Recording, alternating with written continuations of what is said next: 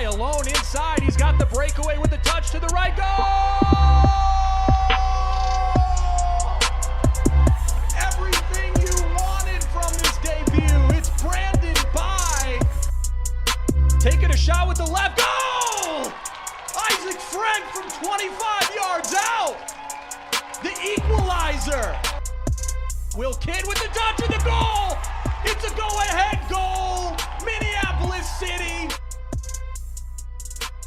This is the People's Pitch Podcast, the official podcast of your Minneapolis City Soccer Club, brought to you by Summit Brewing Company. Even after all my logic and theories, folks, things continue to make no sense. Howdy, folks. This is the People's Pitch Podcast, the official podcast of your Minneapolis City Soccer Club. I am your host, John, and with me is my trusty fixer, the Nate Morales. Nate, I feel like I am living in a bizarro soccer world, my man. Things are too good to be true. Yes, John, this is, I would say this is absolutely the Westworld of soccer seasons, that's for sure. I think challenging enough, so maybe we think it's for real, but when the chips are down, we're always going to win. Yeah, easy. Or at least we won't die. Right. The butthole puckering is less this season than it was last year. So this week's show, we made a little stop in Rochester through the rain and the Thunder and Lightning, and picked up 3 well-needed away points. Our U23s, the Rookery, peeked their heads out of their nest and played their first official public match, and we have some mail. And finally, we'll get you ready for all that is Sweet City Sauce coming this week, including the infamous technical difficulties makeup match and Saturday's U23 NPSL doubleheader in Osseo. Nate, let's you and I create some fire, why don't we? Yes. So last weekend, the boys climbed into Murder 1 and they headed on down to Rochester, home of the Mayhem, the Naughty Nurses, the Medics, whatever you want to call them. We put the hurt on them. And, John, I don't know if you remember this, just like Giovanni Ribisi in Saving Private Ryan, there was nothing that these medics could do to save themselves, man. They were the latest casualty of our murder tour.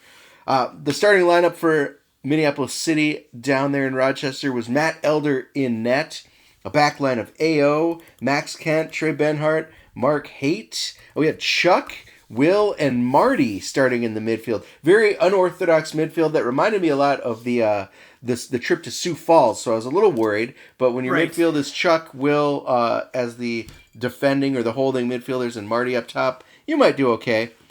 Whitney and Nick Hutton on the wings and Timmy Wills in the middle. And we had a pretty young call-up bench, I would call it, with some brand new City players and some U23 call-ups. Of course, Siku Chroma on the bench, and then 4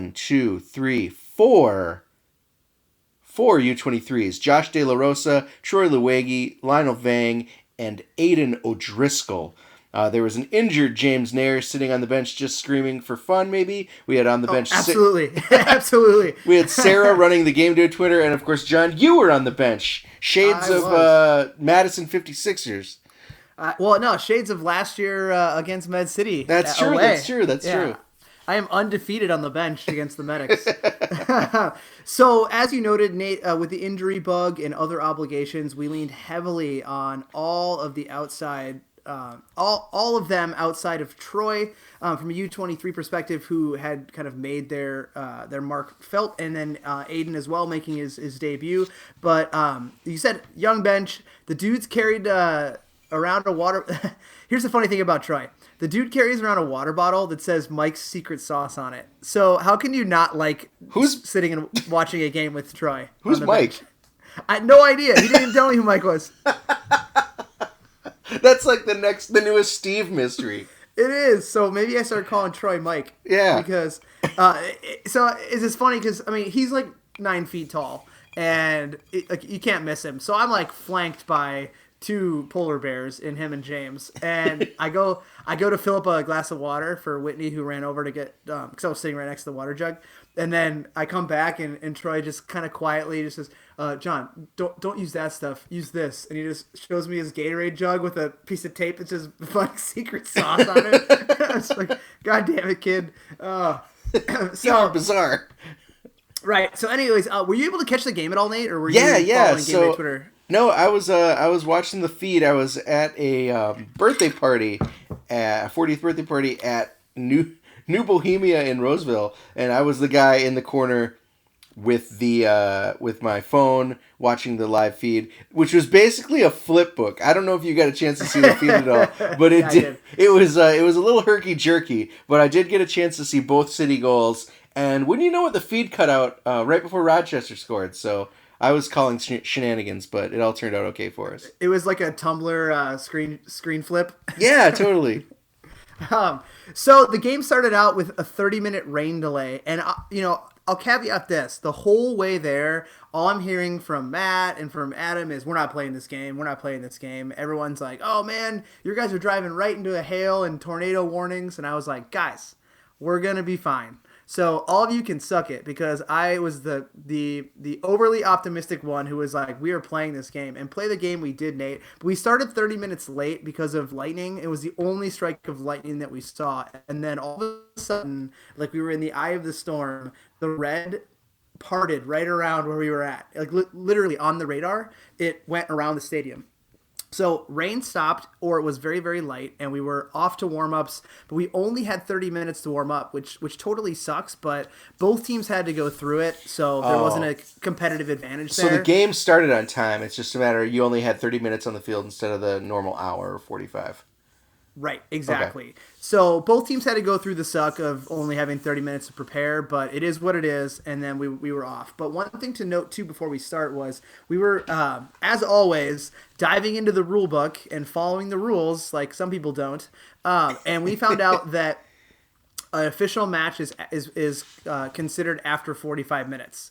So with all the bad weather that was going on, number one in the locker room on the whiteboard was gotta start fast. Yep. And got to score goals early, because we didn't know if come 45 minutes later that the game would be over. So we couldn't fall behind on the road and then just be like, well, you don't get a chance to come back.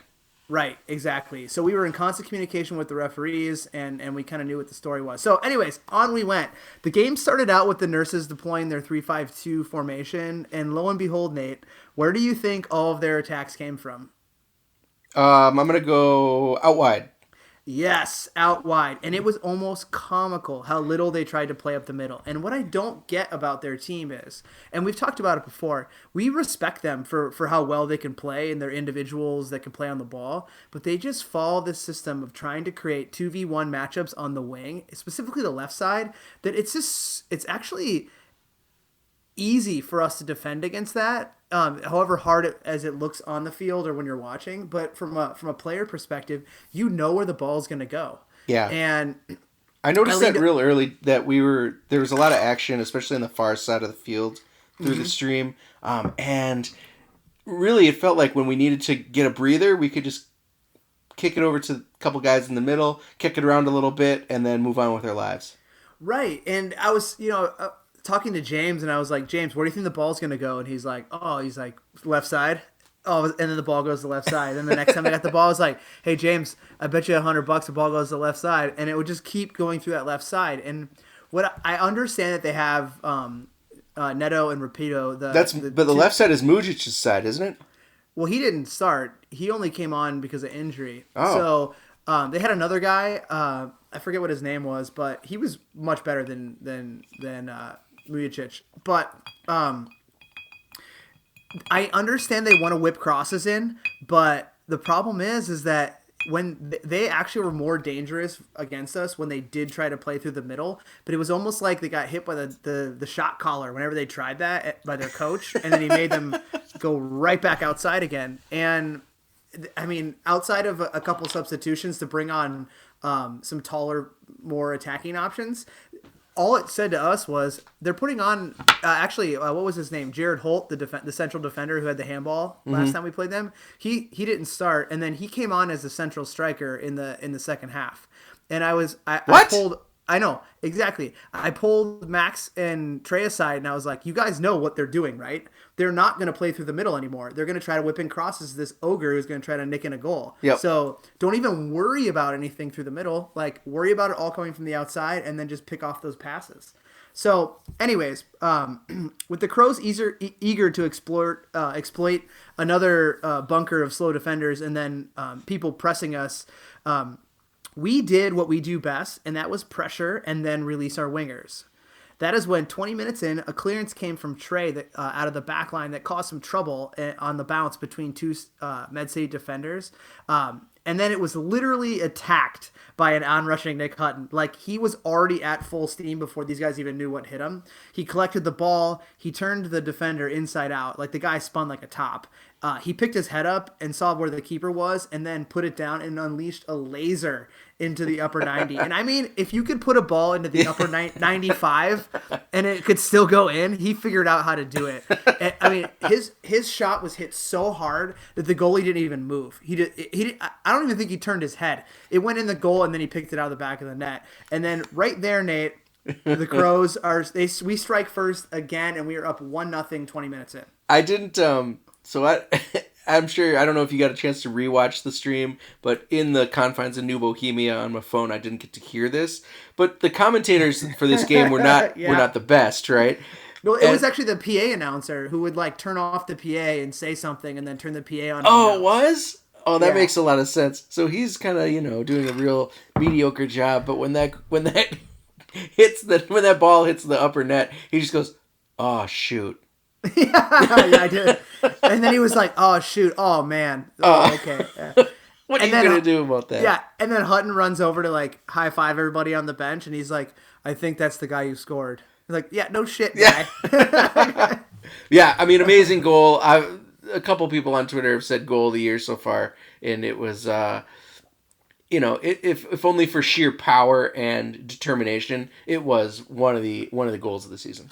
It was a classic Hutton goal. He just used his athletic ability and his brute force to win a ball, and then he just beat a guy and just fucking lasered it. But anyway, so with that momentum on our side, we looked to keep possession on the slick floor, and at times we were able to string some good bouts of passing together. But by and large, it was a back and forth physical game, and I actually thought that the referee crew did a really good job of managing it and letting them play, but also stopping it when it had to stop and throwing around the cards when they needed to.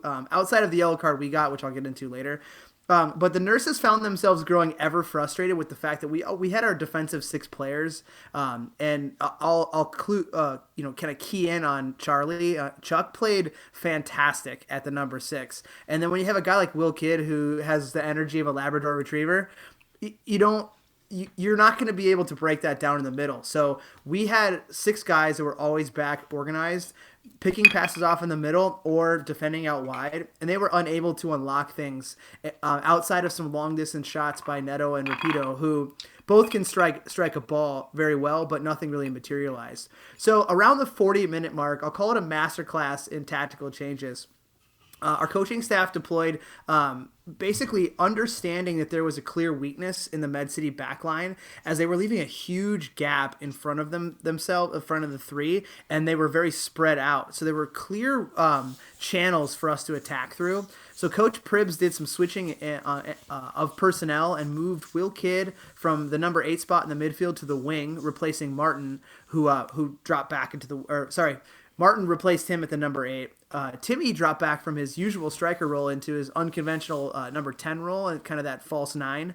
And then Hutton was moved to the sole striker role. And the nurses did not know what hit them. A mere 5 minutes after that change, we saw Timmy basically do a typical Timmy turn, collect the ball nicely, turn, and then a great weighted pass through one of those gaps to an onrushing Hutton, beating the defender, and he slots a deft pass right across the onrushing goalkeeper to Will Kidd, who was just waiting there to flick the ball past the goalie and then slot home what eventually would be the game-winning goal. So yeah. Nate, this was nothing more than a brilliant recognition of our players' strengths and quickly adjusting that to counter a glaring weakness of the other team. So now the Crows go into the half with a much-needed 2-goal lead, which is ever important because at any moment a lightning strike could end that game. Yeah, which is a great point that, was not provided. That context was, of course, not provided by the amazing announcer on the stream. But I want to point out a couple things. First is that this is an interesting explanation of what happened, because when I was watching the goal, I thought, what the hell is Nick Hutton doing all the way on the left side of the field when he's supposed to be the right winger? And then seeing that, I thought that Will had maybe that throughout the course of play, throughout some defensive shifts some or switching, they've had to shift, and Will was out right and Hutton was somehow in the middle, ended up covering him for a little bit. But I like the move, because what that did was put all speed up top. You had Whitney and Hutt and Will all the way across, and like you said, with that slower back line, with them giving us so much space, all they needed was a good running start, and they could burn past him. And that's exactly what Nick did. Like, he beat 4 defenders. He ran diagonal across the field, past basically 4 defenders, and passed the ball to Will at the perfect time as he was getting around that 5th one. And somehow Will was able to kind of give it a little touch over the onrushing keeper, and there was nothing left for him to do but put it in the net. It was a great, hardworking Will Kidd rampage goal. It was, and I think there's 2 other things that were kind of unfolded here. One was the fact that if we look at how you look at Timmy as a striker, we know Timmy can finish, but we've talked about it almost ad nauseum since he's been part of Minneapolis City on what he does to make the players around him better, but also the hard work he does off the ball. So bringing him back a level, like he was able, like that play. Even though he received a ball and turned, the play before that was almost identical, where he worked his ass off to tackle their central defender and nick the ball off him. It was just his pass that was a little bit too hard. So like his work ethic underneath there, underneath the forward line, was what we really needed in those gaps to be able to pounce on a defender to make sure that we win that ball and then spark the attack. The other thing is, what we've seen throughout this year is we kind of score team goals outside of Nick's first goal, which was just pure brute force. Last year we did a lot of solo efforts in front of goal, and this year we're seeing that we'd like our guys to shoot often. But what we're seeing is that guys who have clear scoring opportunities are willing to forego that finish to find a better angle with a pass. And that's what happened on this goal. It was very unselfish of Nick, who could have slotted his second goal by trying to or at least giving her a rip and see what happens. Right, but now we're seeing more of like a team effort goals and not individual efforts, which is what we saw that's what really a lot of Goose's goals were last year, right? Yeah, just like, I'm 20 yards out. Let's let her rip. Yeah, or I'm gonna beat these 4 guys and slot in the corner. Now it's I'm gonna create an angle with my touch, and then it'll create space for the other guy who has a better angle at finishing. So, very, very good stuff there. So anyways, Nate, after the half, the emotions were running very high for the Crows. But they unexpectedly came out of the locker room on the back foot, which was the exact opposite of what we talked about and what we needed.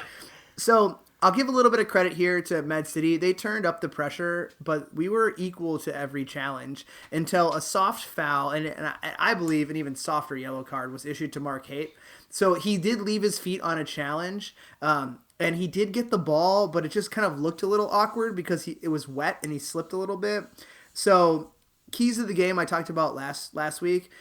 Do not give them free kicks in dangerous positions, and that's exactly and dangerous it was. That's exactly when the feed cut out, because I saw that there was a stoppage in play, and I didn't quite understand what had happened, and then all of a sudden when it comes back on, we're down 2-1. No, we're up 2-1. Or that's what I meant. But they scored the goal, and we're up 2-1 instead of 2-0.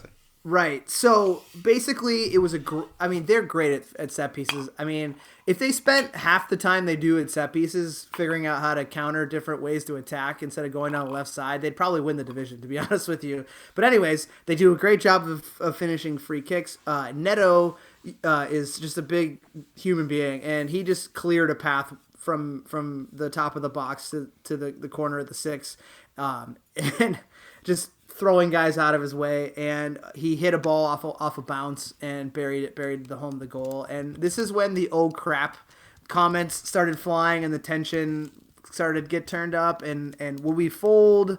What's going to happen? Those kind of questions started happening in the City fans' minds.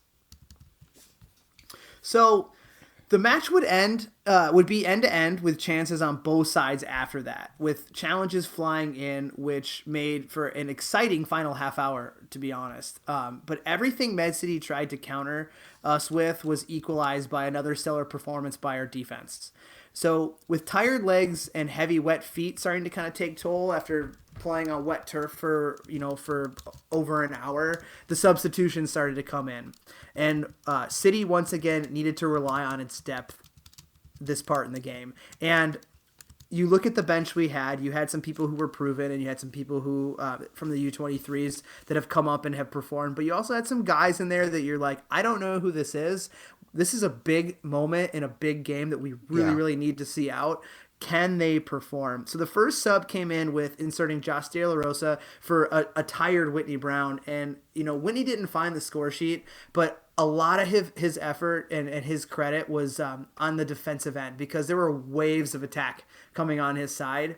And typically, like last year, Whitney and Goose tended to not want to come back and play defense. Yeah. But it's a new Whitney this year, man. Like he forewent his number one focus of trying to get into the attack to really putting in a defensive shift. And I give him a ton of credit for that, because it's exactly what we needed. So he was gassed, put in Josh De La Rosa, who we all know has just a tireless engine.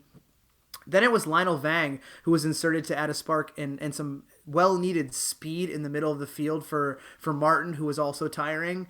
And then Timmy, again, tiring, was lifted for Aiden O'Driscoll, making his debut, who he's more of a central defensive midfielder. So we put him in to be able to kind of see the game out, more of a more composed defensive-minded midfielder like a Ipsa or like a Steve. And then we saw Siku coming on for Mark Haight, who was starting to be bothered by his weak ankle. Not necessarily re-injured, but just he fought hard and he needed to come out. Yeah. So that was the bench, and everyone got in except for Troy and Mike's secret sauce. But we needed the bench to spell the starters and assist in getting these vital 3 points. And these changes on paper, like I said, some would seem like a worrisome group of changes to fans. They're like, I don't know these guys. They're young, but they were well up for the challenge. And Siku's only 19, so you throw a 19-year-old in there too. Yeah, I know, right? Shocker. So you throw a couple basically 4 college kids in to a pressure cooker, but they brought energy, Nate, and outside of Siku, Josh and Lionel and Aiden, they've been training with each other day in and day out, and they had this uncanny familiarity on the pitch with each other. And really?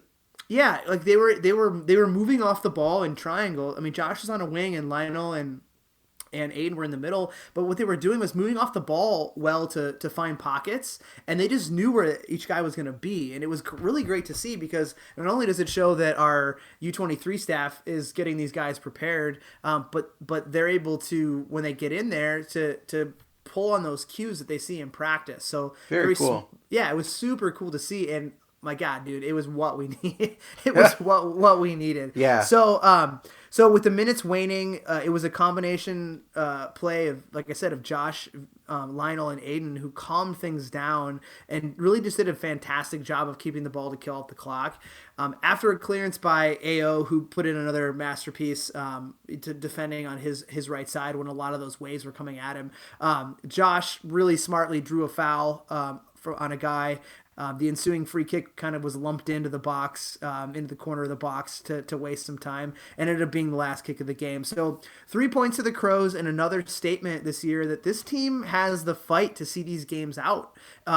And we collected those well-needed points, where many have said, and in all honesty, I agree, last year's team may have found a way to crack and fold here. And that's not a slight on anyone that played on the team last year. It's just a different atmosphere this year.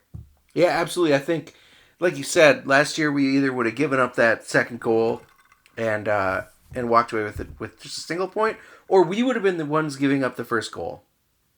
and having to try to claw our way back on the road, and maybe squeak out a draw. But I think you kind of nailed it on the head, John. That with these, when you look at this bench, and you see really it's a small bench with 4 position players available. Yeah, so we brought 16. Yep, 3 of them U23 players. It's one of those things where you look at it and say, it's all U23s. Like, how are we going to compete? This is an important game. And I'll admit, that's at least twice this year where I've been needlessly nervous about a number of U23s being on the bench. And because this game was exactly like I thought. Like, this is a game that we needed to go all in on in order to win, knowing that we've got a little bit of rest ahead, but knowing that this is a very important 3 points on the road that's within our reach. But again, this game showed the team's flexibility and patience. We waited for our chances. We took advantage of them with a quickness. I mean, like we said, Hutton's quick thinking and his ability to beat a defender on to a ball that was in the air and then beat 2 more on his way to goal. And then again, his hustle to beat 4 defenders diagonally, springing Will one-on-one on the other side of the field. Like, very impressed with how that worked. And I'm also impressed with our young, sometimes played out of position guys. I should say young and our out of position guys. Impressed with their ability to absorb quite a bit of pressure, to be able to play very closely together and tightly together like you observed, and adapt to what was an increasingly physical game. But again, first and foremost, fool me once, shame on me, fool me twice. Wait, no. Yes. Anyway, however that works, I think I should just remember to always believe in the U23s when I see them on the bench and know that they seem to be contributing quite strongly to the team's depth over the course of the year, and they can plug in exactly where we need them at exactly the right time. So hats off to the coaching staff, hats off to Coach Matt and his guys to get them ready to perform at what should be a higher level for them. Right. I mean, I think you nailed it. Think about what would have happened last year if we had 8 potential starters out with injury or with other obligations. I mean, you might travel with 4, and like one of them is the keeper, and he's done. So you got 3. Dan's on the bench. You have to put him in. Yeah, it would have been a disaster. It would have been a disaster. We talked about it in our management meeting we have every Monday, which is like, what would we have done? What we would have gone down there, and this would have been the turning point where maybe for the demise of our season. So, we started the 23s as a way to keep talent in-house and build for the future and give these guys a high-level place to play when they're coming off their freshman, sophomore, some junior seasons in college. Yep. But now, like with some of these guys, like I talked to Josh about, coming back from his knee injury and saying, like, just trust the process and play hard and you'll be rewarded. And actually, Aiden tried out for us 2 years ago, and his ability on the field I always saw was there. It was just his physicality and his confidence to be able to elevate to play against players at this caliber. And I told him at that point, I said, if I had a spot for you, I would give it to you, but I don't. But I promise you, if you put the work in your college season and you come back and you play the way I know you're going to elevate to, we'll have a place for you. And it's another instance of it, the fruits of the labor for these guys that have come in. And yeah. And it's just awesome. It's really awesome to see. But anyways, they have their own season to play. So let's talk about that for a little bit. Yeah, man. So last week we saw the unofficial start to the U23 season. I say official because it's the first game that people could go to. Unofficial because they've already played against Minnesota United. But they started their U23 season. They took on FC Baraya at Mounds View High School. It was a beautiful day for soccer. If you follow the Game Day Twitter, the Rookery put together a great first game, and we got to see a few of the faces that maybe have not featured for the NPSL side yet take the field. Nate, it was really great to finally get these guys into a full 90-minute match that wasn't behind closed doors. Yeah. The match itself ended 1-1 on a Ken Love Sloan goal. I just love saying Ken Love Sloan. So it is Sloan, right? Yeah. Okay, because on the autocorrect, I think on game day is Salon. Yeah, no, it's Sloan. Okay, good to know. Yeah. Stupid autocorrect. Heads up, game day Twitter. Yeah, get some game day Twitter. But really, it was a game of missed chances there, which was very uncanny to our Sioux Falls game in the first game of the year. There multitude of chances that were created but squandered. Outside of that, though, defense and goalkeeper put in a really great shift. Troy Luigi, who came, Mike Luigi, who came with us to Rochester, started the match, and then Luke Anderson out of Drake finished the match up in the goal. So we created a lot of chances, though, through the run of play with a very dynamic midfield of Nathan Feiner and Arthur Perrins. And I mean, they controlled the pace of the game. They set up chances for the attackers. We worked. I trained the guys last night because Matt was physically unable to perform yesterday, so he asked me to step in. So I did. I worked on basically finishing with them for a good 45 minutes. What happened to Matt? Matt hurt his knee. He had, I don't know how or what happened. It wasn't like a playing or coaching injury. I don't know. He hurt his knee, and he wasn't comfortable moving around the field coaching, so he asked me to step in. So always happy to step in and yell at soccer players. So but anyway, we worked on finishing last night. Hopefully it'll translate to the next game. If it does, I will take all of the credit. But it was a really great first step for these guys as they actually hit the return leg against Berea this Saturday in a doubleheader at Osseo High School before the NPSL team takes on Sioux Falls Thunder.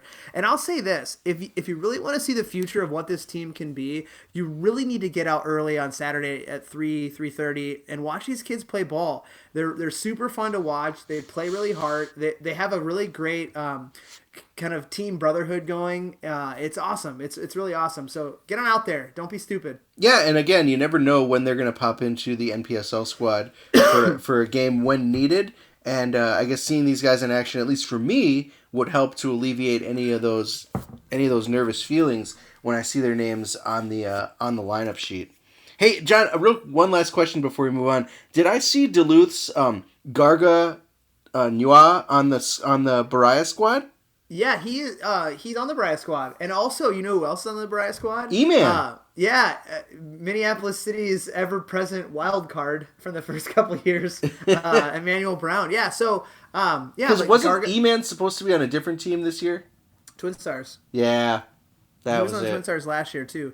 He might still be. Who knows? But they both play for Berea, which is for those of you who don't know, Berea is plays in the Twin Cities African League. And it's basically a mixture of a lot of guys. I mean, I could go through their roster and point out probably 6 or 7 that play either in the UPSL or the MPSL. So it's but it's their kind of Sunday league they play in. And, and when I say Sunday league, obviously the scoreline was 1-1, and we squandered quite a few chances. But the level of competition for our 23s it's a perfect level for them because these guys they're good at soccer. They're maybe physically bigger and stronger, so they kind of put them to the test physically. But our guys performed well, and like I said, get out there on Saturday and watch these guys play, and they'll be playing against the same team. So hopefully they figure out how to finish. We worked on it. Yeah, man. All right. So, hey, on to the next segment, John. It's great. It's like ask and you shall receive.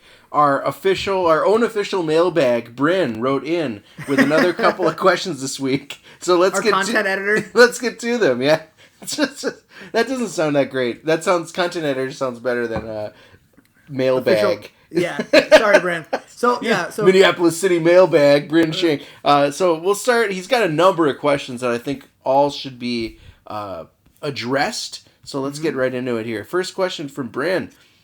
He tries to follow the recaps and Twitter updates to the best of my ability, but I was surprised to see that James Nair has picked up an injury. I could be wrong, but if so, what is the seriousness of the injury? Apologies if I missed the tweet or article detailing the situation. You did not miss an article or a tweet detailing the situation, Bryn / content creator. James picked up a knock in training to his shoulder and is currently listed as day-to-day. if he had to make an emergency appearance, he could, but we're being kind of cautious with it because for a goalkeeper, a shoulder is basically a knee for an outfield player. So he's being closely monitored by David Bloomquist, our awesome trainer. But at this point, he's being rested, and you have to tip your cap to Matt Elder, who's taken his chance of stepping in and worked really hard in training to sharpen up to perform, and he's turned in 9 points in 3 matches anchoring the back line. So we hate to see James go down, but we're happy to see that Matt stepped in and has performed admirably since. It's exactly what each of them has talked about, and even Pribble when you talk about what it's like in the goalkeeper's corner at training and in the locker room, that like you got to be there for each other, you got to support each other, and you got to be ready to step up and be the guy whenever you're called on. Right. And have each other ready to do that. So I think it's a really good instance and a really good example of how a true goalkeeper's corner should look like. Right, but you also, there's only one position on the field that you can play outside of James playing forward in Sioux Falls. Yeah. But so you kind of have to have a chip on your shoulder too that when you get your chance, I'm gonna fucking do this. So yeah, and you're not gonna get it back. Yeah, it's like fuck that guy. This is my job now. Yep. But also like go drink beers, live after. You know, so it's a strange dynamic. It is and that's why goalkeepers are they're all weird. So, anyways, question number 2. Excuse me. The allergies have cleared up, as you can tell. I'm not coughing as much. So, considering that the season is so short and now halfway over, I'm not going to lie that I'm a bit bummed to have not seen Tommy or Shea play yet. Sure, right as I say that, I start coughing. Mm-hmm. Jinxed yourself. Could you discuss or describe a little bit more the process of having players join so late in the season?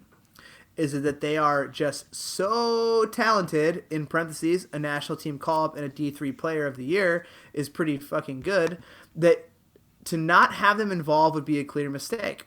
I don't mean to judge or criticize. I'm just genuinely curious.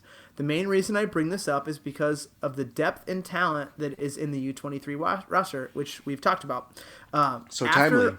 Yep, so very timely.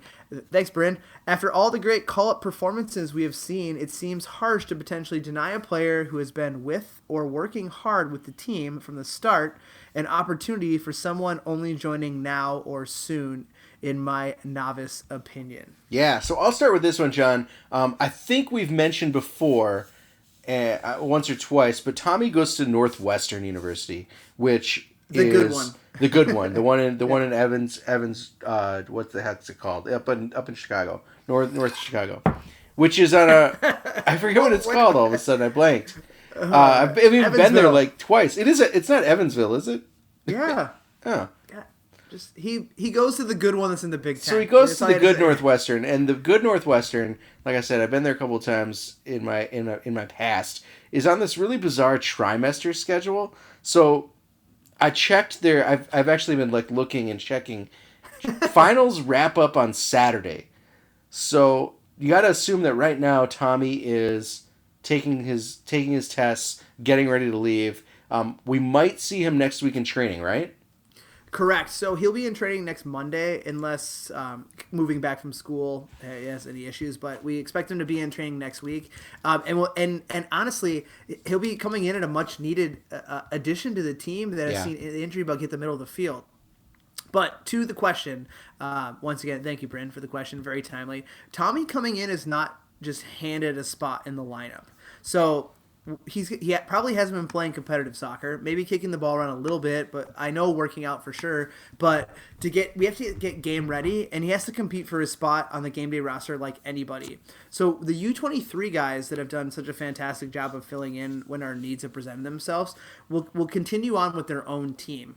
But they will also still be in the conversation with Tommy when we build our game plans for the remainder of the season. So this is not to slight any of them, but it speaks to the competition that we've created in both the U23 team this year, as well as the MPSL roster at the different positions. And it allows us to really pick the right man or men for the job. So it's not, like, to your question, Bryn, it's not going to slight anyone who's been performing. If you've seen anything this year, we've had two things happen. One is if someone goes down for injury, we have someone step in. The other is if someone can't perform, we have people who will step in and perform for them. So, again, no slight to anybody, but that's how the situation will work with Tommy when he comes back. Fair enough. Google Maps says Evanston, Illinois. I knew it was an Evan. It. Yeah. I knew it was Evan. So as for Shea, I think, John, this is actually a great question because almost 2 months into the season, and we really haven't seen hide nor hair of this guy, knowing that he's been, kind of training for his job and this, that, and the other thing. Like, what gives? Is he gonna be ready? Is he coming? Well, I mean, do you want me to dive in, or you want to keep going? Well, and then real quick before you dive in, like to address his last point, I think that in general, these guys coming late to the team are going to help keep us fresh and stocked with talent as we head into the home stretch and hopefully the playoffs. Like you've already said, we're the injury bug has been already starting to bite, and some of these bites have been quite severe. So it's nice to have some options coming in late in the season in the midfield that aren't necessarily someone that might not physically be able to line up against our competition. In some of these U23s, it's nice to have guys that are proven at a different level. So that's like I said, great to add the depth, great to carry us through, and also in Tommy and Shea's case, great to be able to give us probably full commitment all the way through the timetable of when the championship is, right? Sure. I mean, if you think about it too, the guys that play for Northwestern, specifically if you look back to Sam Forsgren, those guys tend to stay and play with like the Chicago systems. So the Adrias, the Green and Whites, or the Chicago Fire the system. Carpathians. So, isn't that Chicago or is that Milwaukee? Carpathians in Michigan. Oh. So you tend to have those guys playing in Illinois, and most notably for like the Chicago Fire system, if they're as good as like a Forsgren or a Tommy Katsianis is. So that's why they don't necessarily come home and play. But in general, that's just weird. But as far as Shea's specific situation goes, I just definitely want to clear some things up. So we had to clear up some things when he was on MLS trials and USL, and so I don't want him to be like the whipping post for a lot of like what the heck's going on with this guy. So Shea is in a really different situation than most people, being that he graduated and he started a new job. So if anyone graduated college or even didn't graduate college and started a new job, you know how difficult it can be when you first start. So he started a new job that he did not anticipate would require him to leave the state for training and to not see that training be as long as it is to complete. Mm-hmm. So I've been in consistent communication with him. So has Adam, and throughout the summer, it's been very clear that there's a chance that he might not be able to come back and contribute this season, and that's okay. The main focus is that he's starting his life and he needs to figure that out. We're not going to go anywhere. And with that said, he's part of this club and he's part of this team when he does return full time to the cities. And he'll lace the boots up and he'll be a member of the murder whenever that may be. But yes, it does suck that you have a caliber of a player who was the best at his level in college in the country and could have probably gone on to play at teams higher than our level. It sucks. But the dude is a human being, and he has human being problems. Yeah. So we have to respect that as fans, as a sporting director, as a podcast host, as a coaching staff member, as a teammate. We have to respect the fact that this guy's got a life and he's got to deal with it. So we just move on, and when he comes back, he puts his shoes on, he kicks the ball around, he gets ready to go, and when his number's called, he plays. And it might be this season, and it might not. So we have to just deal with that. Fair enough. Potentially disappointing. First I've heard of that. So definitely a bummer. But I want to point back to when we first introduced him as a player, and I said, this guy might not maybe be what everyone's expecting. He might not be the golden child that we think we need. And it turns out we're doing pretty good without him. So when he comes back, I'll take him. But in the meantime, I'm happy with what's going on. Well, you know who else we're doing pretty good without is Goose. So fair enough. It's like we've built the roster to create competition, and it has fostered a pretty good start to the season. So hopefully we continue that moving forward, and these guys start coming back in, and maybe we're gonna need them when it really matters. But if they don't, their number isn't called, then we move on to the next guy, and that's just how sports is. So So anyways, definitely had to clear that up, and good question though. Great question. We love both these guys. Whenever they come in, we're gonna love them even more. So the third question comes to us that says, any chance we get to see a U23 versus NPSL match? Obviously, it'd be more low-key because injuries in a match like that would be stupid, but I think it'd be fun, and I'd defs go watch. Yeah, I mean, probably once the season is done and dusted, right, John? Like, you don't want to risk anything. You want to make sure all the guys are at full energy and fully healthy. So once the NPSL season is over, then we can entertain the idea of a couple friendlies. So I literally watch this game happen once a week. I guess, right? So at training. So Bryn, if you're really jonesing for it and it's not going to happen because of what I'm going to get into, just find me at the next home match and we'll talk. But anyways, the short answer is yes. We do have plans to play what we're calling the pink and white match at the end of the season, but it will all hinge on whether or not the NPSL team makes the playoffs. Obviously, we don't want to make something like this work. We do want to make something like this work, but we don't want it to get in the way of the position we're fighting for, potentially a national title. So it's yes, it's on the radar. We have a location and a date, which is not being disclosed, but we are going to put it on the back burner for now. But if you're, like I said, if you're really jonesing for it, hit me up and maybe I can make something work for you. All right, and the last question of Bryn, it's more of a casual thing that I think we would be remiss if we didn't even talk about. Yeah, we were going to talk about looking at the calendar. Who are your picks to win the World Cup? Bryn has France winning it, but of course then they go and tie the USA, so he's already nervous. You know they weren't trying super hard until the last 20 minutes. Well, and then Miazga just ruined the moneymaker. Dude, can you imagine? Could you believe the blood that was coming out of both their heads? Yeah, well, I mean, yeah, I can believe it because my head injury is like a stuck pig, but like... That was crazy. Giroud's like a fucking model, like a European model, and Miazga's ugly face just bashed into his... I hope his beak is okay. Yeah. So, John, I'm going to go with my very unprofessional and probably uninformed opinion, but like Germany just looks like they're unstoppable, man. Like, the children of Germany won the Confederations Cup last year, and like half of them are in the side now. So. Right, Germany's people that didn't make the team could probably win the World Cup.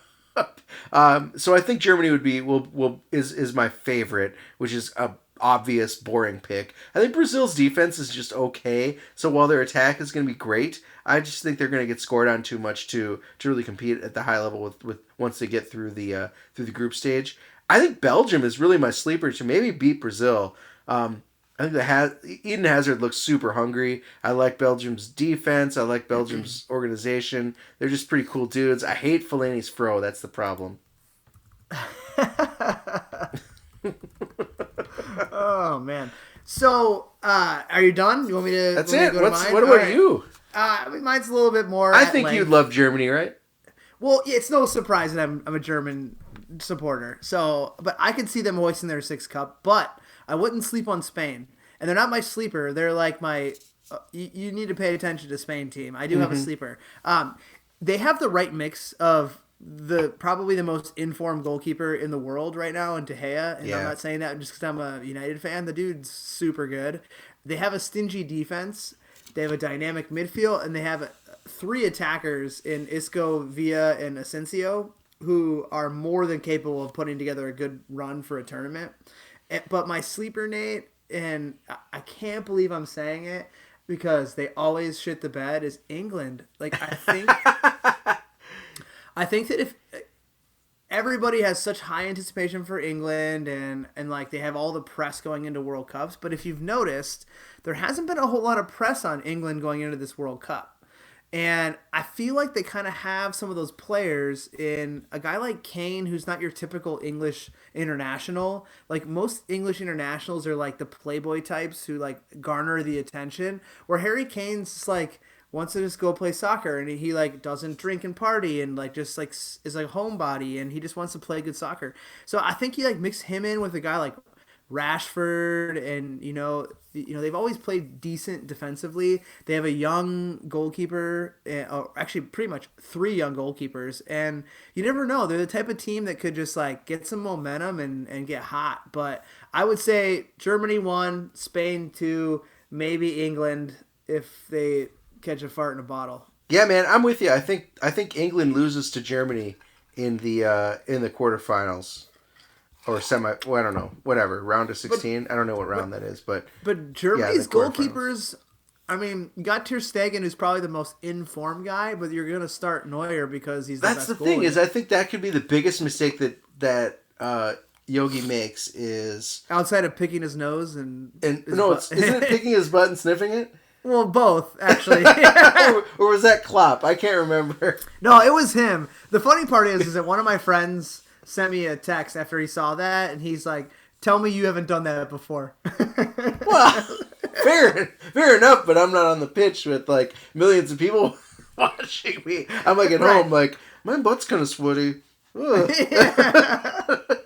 It's just funny. It's like, "Tell me you haven't done that before." And it's like, yeah, fair enough. But anyway, I do think England will look really good. I have them beating Colombia and losing to Germany in the quarterfinals. So I agree that they're going to be really exciting to watch. I think every game is going to be super exciting to watch. I'm planning except for the first one. Oh God! Thank God I'm at work on Thursday. I'm going to be late to work on Friday because I want to watch that 7 a.m. game. And then guess what, office?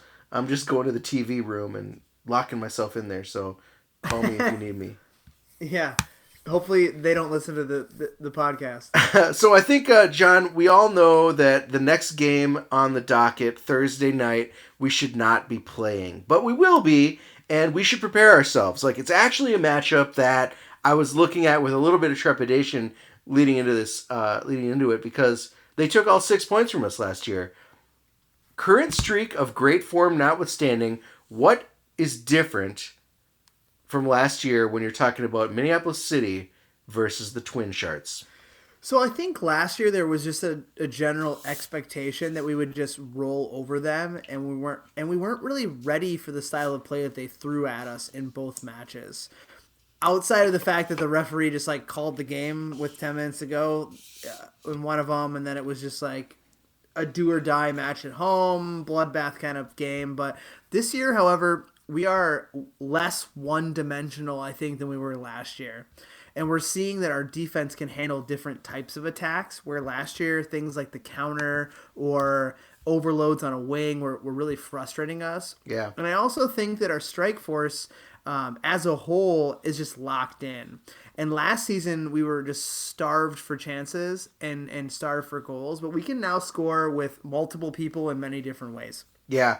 As far as their scores go, I think, of course, we're going to be on the lookout for Tyler Oliver. His brother is gone to the PDL, but Tyler remains, and he scores once in a while. He's the good Oliver. Yep. Kareem. Wow. You say that every time I bring him up. You hate this guy. Kareem Darbaki. Terrible. Kareem Darbaki, of course, is always roaming the field, looking to snipe a goal here and there. But I think for me, the real danger man this year for the Twin Stars has been Chase Wright.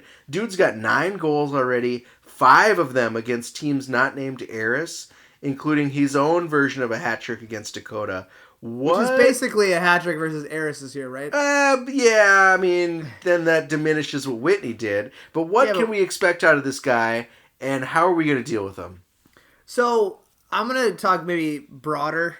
Sure. And then just go right into him, because I think he's a manifestation of how they play in general. All right. So, they're exactly what they were last year, minus one Oliver, the good one, and toss in some younger college players who can play. Well, I mean, I'm just gonna stop myself there. All right. Yep. So let me start over. They're exactly what we thought they were last year, minus one Oliver, the good one, and toss in some younger college players who can play but are not as battle tested as like Chase Wright or Kareem Darbaki is. Mm-hmm. They will deploy what I feel is a well-organized 3-5-2, which at times kind of forms itself into a 3-4-3. They're very quick to get the ball into the counterattack any way that they can, whether it's a long ball on the ground, whatever it may be. But they do tend to find themselves getting a bit lazy with the passing out of the back line. So all they want to do out of the back line is get the ball to Kareem, and all Kareem wants to do is get the ball forward, and that's how they play. Their lazy passing out the back has been eaten up by almost every team they've faced, including in their games they've won. Most notably, giving up 3 goals to Eris, for example, and then 3 to Med City. Mm-hmm. So, in general, my keys to victory, and you notice I'm not cluing in on Chase Wright because this is where I get to it. Okay. Number 1, before I get into this, you didn't talk about my keys to victory in the Med City game and how I'm, again, 4 out of 4. Oh, it was amazing. I can't believe it. You're right. We passed right over it. My bad. Passed right over it, yeah. So don't let it happen again. Okay. I'll find another co-host. Anyways, a joke, people. Nate and I love each other in a very platonic podcast way. So anyways, my keys to victory for this time: organized defense, and this is where Chase Wright comes in. We need to continue. We need to continue to allow teams like this to have a field day on the wings, where he likes to deploy himself as a striker. He likes to come in for the wing out and in, and use our size and aggressiveness in the air to eat up those crosses. So we need to stifle the attack on the wings, and then pick off those crosses like we've done basically versus every other team that we played against outside of VSLT and Eris. Second is pin back the wingers. Make them exhaust their efforts defending us in our attack, and then pressure them deep in their defensive third so they can't get into those dangerous positions to find a streaking right who makes those diagonal runs or a lazy Darbaki who lurks on the top of a box. Lastly, control the middle. Speaking of lazy center midfielders, we've got to put a body on Darbaki early and often, and we have to not allow him to turn and to pick out passes because he's fantastic at doing that. And he can pick out a goal if we aren't paying attention. If we can frustrate him and expel his energy defending, we can kind of cut the head off their creative snake. And he's not known for working hard on that side of the ball. So if we can exploit the fact that he doesn't want to play defense, or the fact that this game in particular, since they tend to put only emphasis on playing against us, that he'll actually flip on his defensive switch. Let's make him exhaust all the energy playing defense then going forward. So those, Nate, are my old granddad keys to victory. I like him, man. So taking a look at their roster over the last few games, one of the things that we hypothesized was that they delayed playing us until their star goalkeeper Sean Teskey returned, and he is back. But he's not unbeatable as he was last year. They've given up a number of goals in the last few games, including, 3 against Eris? 3 against Eris, 3 against Med City, so they gave up 6 goals in their last 2 games. Right, so Teskey isn't the guy to be afraid of this year as he was last year. Maybe he's out of form, maybe his defense sucks a lot more than it did last year, but I don't know, we'll see. I thought last year this team was going to be super beatable, and we might have walked in there with a little too much swagger and felt a little too relaxed and got stomped at home away and then at home. This year, I think we're talent-wise better, more organized, and more flexible. So I will anticipate better results. City versus Twin Sharts. You have to be there. It's going to be 7 p.m. Thursday, June 14th at Prairie Seeds Academy, which I heard is a great place to practice on the night that you said that you had no field available for play. Are you sure it's 7 and not 6? That's, you know what? I thought it's 7, but that's a great question. It's 7 on the NPSL site. I'm looking at, it is 6 p.m. Oh, okay. Well, 6 p.m. Prairie Seed Academy. See, this is where they're starting, John. They're misinforming some of us. I think we need to be there and be loud. 6 p.m. Thursday, June 14th at Prairie Seeds Academy.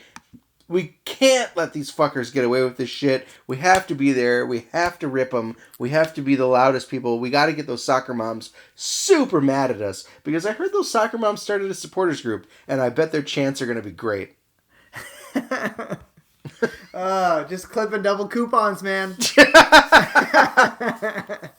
All joking aside, like, this 3 points on the road against them, and we are in a very good position to see out the remainder of the season. Clip your coupons is a great chant.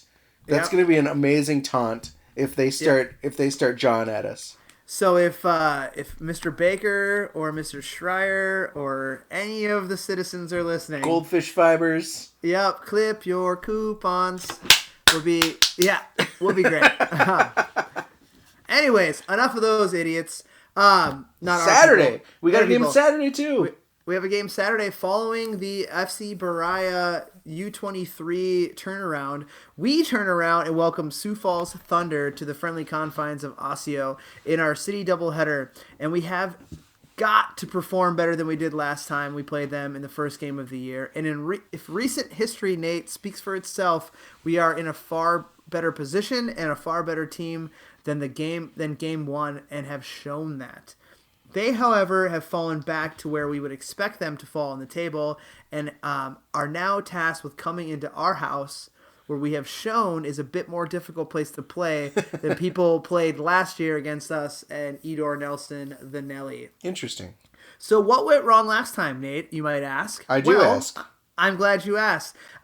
We did not put our chances away. I went back to the stat sheet, and we outshot them 18-3, giving up 2 goals and scoring 2. So our conversion rate was less than ideal. Last week I noted that we've got to score more goals to win games, and specifically score early goals. We've done that this year. But if we find that and we keep a mindful eye on the counterattack, we can control this game from a possession standpoint and hopefully hang a few redemption goals in these guys. So I think it's going past the other thing I said last week is get less Minnesota nice and more ruthless. Let's get it going and let's pound these guys, because they were one of 2 teams to take points away from us that we should have gotten. So, but don't sleep on the Thunder. They can also catch you, sleeping, and we've seen that before. Yeah, I think their defense is much improved over last year. They are much more organized, much more consistent compared to the years past. But they're still losing. They're still not converting those chances. So if we can lock up on defense and convert those chances, like you said, that we had in abundance when we went to their house, we should be okay. This city squad is way more coherent, way more united, way more consistent since the last time we visited. So I think, and it's no matter who we march out on the field. That was the biggest worry when we went to Sioux Falls in the first week, that we're bringing Lionel Vang, like we're already having a dip into this well of the U23s. Is this team going to play well together? It might have shown that maybe we weren't playing at as high a level as we could. I think now all cylinders are firing. We're ready to rock. But, like I said, Sioux Falls is improved, and they are scoring a little bit more than last year.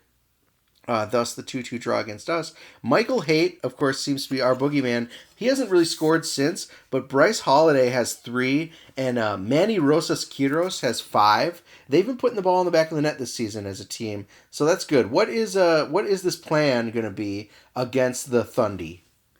I'm glad you asked. Cue my music for the old granddad keys to victory. Yeah. I don't know what your music would sound like. I don't know either. I went with some like old, Herb Alpert or something, but I don't think that's correct. It should be more like the the Bob Barker. Yeah. No, it's gotta be like, it's time for your sports minute. Keys, John Bisworm, keys to victory. Okay, there we go. So for the Thunder, number 1, keep possession, attack and defend as a unit. If we can get numbers forward and then back to defend their very worrisome counterattacks that they like to throw up, we will draw them into chasing the game. If they chase the game, then they will tire. And then I haven't seen their bench show that they can actually be up to the task to lifting a team to 3 points all season, including when we were there. So it's really got to be. We have to keep the ball and we have to attack and defend as a unit. Number 2, wake the fuck up. Do not let them hit on the counterattack. We know it's coming. So as equally as important as is to press for goals, do so in a calculated fashion. We have to counter their speed with our speed on the wings, because we know that the hate guy, he's fast. He ran through 5 of our guys last year. But when we win the ball, positively move it forward, and we have to eliminate the lazy passes and unmarked men that can be the death of us. And then lastly, I mentioned it before, just simply finish. Chances will be created. We have got to bury them before we can hit the cruise control button. Right on, man. City versus Thunder happens this Saturday, 7 p.m., June 16th, at Osseo High School. Tickets are available ahead of time at mplscitysc.com. Hey, you got to come early and watch that U23 squad line up against FC Baraya. That game kicks off at 3:30. And that is all for this week's show. Thank you, as always, to our sponsor, Summit. I've been enjoying a lot of Summit's classic EPA this summer and Summit Saga as I go to all the stadiums that I'm watching games at, whether it's United, whether it's the Twins, and whether I'm enjoying something after the game at a Minneapolis City game. Summit. I only enjoy after games, John. A more meaningful brew since 1986. It's never too late to buy a membership for 2018. We're only halfway through the season, and for only $65, you get a cool season pass to all City matches this summer, including the NPSL and U23 games. It makes financial sense. You get a classy new membership scarf and, of course, a vote, so you can have a say in the direction of local soccer here in Minneapolis, Minnesota. Go on over to mplscitysc.com. Purchase 1, purchase 2, purchase 3, 4, 5 for your whole family right now. If giving back to the community is an important part of your life, hey, it's time to give back to the club that gives back. Minneapolis City is a 501c3 that's providing safe, reliable, and fun environments for those less fortunate young people to play this beautiful game. You got to find us all summer playing with kids in parks and community centers all around the city, and make sure you consider a tax-deductible donation to a true city-focused organization. Send us mail. Bryn does it. It's easy. Hit us up on Twitter at The People's Pitch or through email at mcscpodcast@gmail.com. All questions, comments, concerns, it's all welcome. And finally, as always, hit the club up at MPLSCitySC on Twitter if you want to yell at them. That is all for this week. We are going to leave you, as always, with the house MC, the new resident of Sweden. I guess he's not new anymore. He's been playing. You've been watching his Instagram? No, I've been watching it. Been watching the grams. Nice. Miles Stockman Willis, a.k.a. Malaise. This is his track called The Come Up. I am Nate. That has been John. You people are amazing. Come out on Thursday to Prairie Seed Academy and cheer your crows on and jeer those twin sharts. And then join us for an all-afternoon soccer party at Osseo on Saturday that culminates in another City W. Let's get after it. You got hoofed. Poster burning maple weeds, cradle major keys. Thinking back, I've been major since the minor league. So supreme, too much sauce off my olive NMDs. I could staple steez, bend the goat so I get the cheese, never fall. Rake them leaves and make sure every moment gets seized. And everything I see is make believe. Cuff a bad bitch, make her wipe off Maybelline. She wanna F with me, maybe get close data G. Run up data plans, getting A to B like AT&T. Hate me when she's coming, it's the perfect time for me to leave. Patience then is crave, so I'm craving her creatively. Make her breakfast in bed, then have sex instead.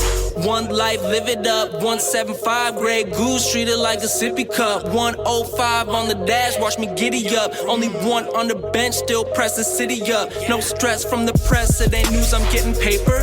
Ask for the check, first time I see the waiter. Make my own luck, knocking over salt shakers. Every September 4th, should've put in more labor. Yes, flex, get out my lane, we ain't the same. Don't play Red Rover with the train. Lingo rolling off my tongue like a slogan spoken slang. Surely spitting like this token wrote and spoke it in some bangs. I could hang a vampire, highly inspired. Haven't reached this height before, I might get higher. Crew conspires round the campfire, rolling till our hands tired. Rap MacGyver saying sapphire, satire. With the swag, attire you admire. So well put together, no assembly required. Newly hired, still this heat so fire that it gets them fired. Fuck boys thinking that they fresh but expired. Everybody's flawed, that's just life's law. Wonder what life will be like when the ice thaw. I'll die any day cause I'm down for the cause. Do it bigger than the Big Bang like my name was Rush. Burning bridges with no guts. Tell her open up her jaws and feed her nothing but bare claws. All about my dough so she want a nut duck. Keep my ducks on the row on the pond like what? Getting flocks at each show, giving out goosebumps. Playing with her heart, claims she playing spades. Whenever we apart, her brain ain't the same. Tickle her pussy as I tickle her ear hair. More boss than Ross, never been to a career fair. Blood, sweat, tears dripping off my upper lip. On some shit, krillin', chillin', gripping on destructo disc. Go left, go right in life, maybe eat a Twix. Rapping like a silly rabbit, tripping in the tricks. On the come up. Yeah, boy, this the come up. Whole squad about to motherfucking come up.